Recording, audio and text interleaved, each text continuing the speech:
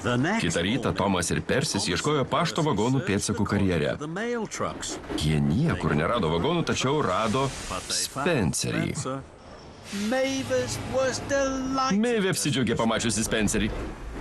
Spencerį, kokia garbė! Leisk aprodyti tau karjerą. Tomui ir Persiui tai pasirodė labai juokinga. Spenceriui juokinga nebuvo. Jis susiraukė. Jis nepamatė Jameso puškuojančio pro šalį su detalėmis Hero. Maeve išdidžiai nustumė Spencerį po konvejeriu. Jis pavažiavo per greitai, tuomet per lėtai ir vėl atgal, bet per toli. Iš viršaus ant jo pasipylė skalda ir dulkės.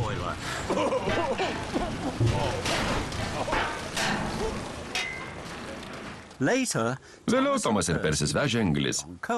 Pro šalį pravažiavo Emily. Ji tempė platformą su atsarginėmis dalimis Hero. Emily buvo susijaudinusi.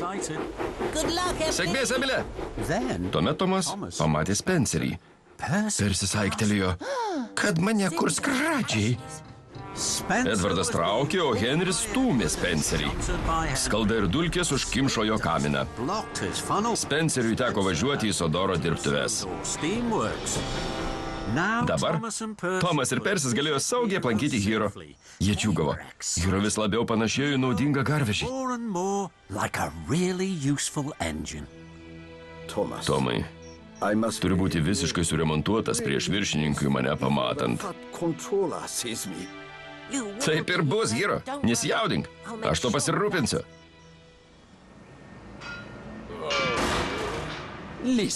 Klausyk, Spencerį. Rūška namina darbo nepaspartins. Rytoj būsi suremontuotas. Nagi, nusišypsok. Parodyk, kad sugebi tai padaryti. Vidun įpuškavo Tomas ir Persis. O, Kevinai. Viktoras pastebėjo, kad dėl triukšmo Spenceris užsimerkė. Viktoras mirktelėjo Tomui. Nieko tokio, Kevinai. Kartais tie kabliai gali būti labai slidus. Puikiai darbuojasi, Kevinai, ir toliau taip tęsk. Oi, ai, prašau, sumažinkite triukšmą. Ir Tomas tyliai atsitraukė nuo Spencerio ir išvažiavo pas Hero su naujomis dalimis.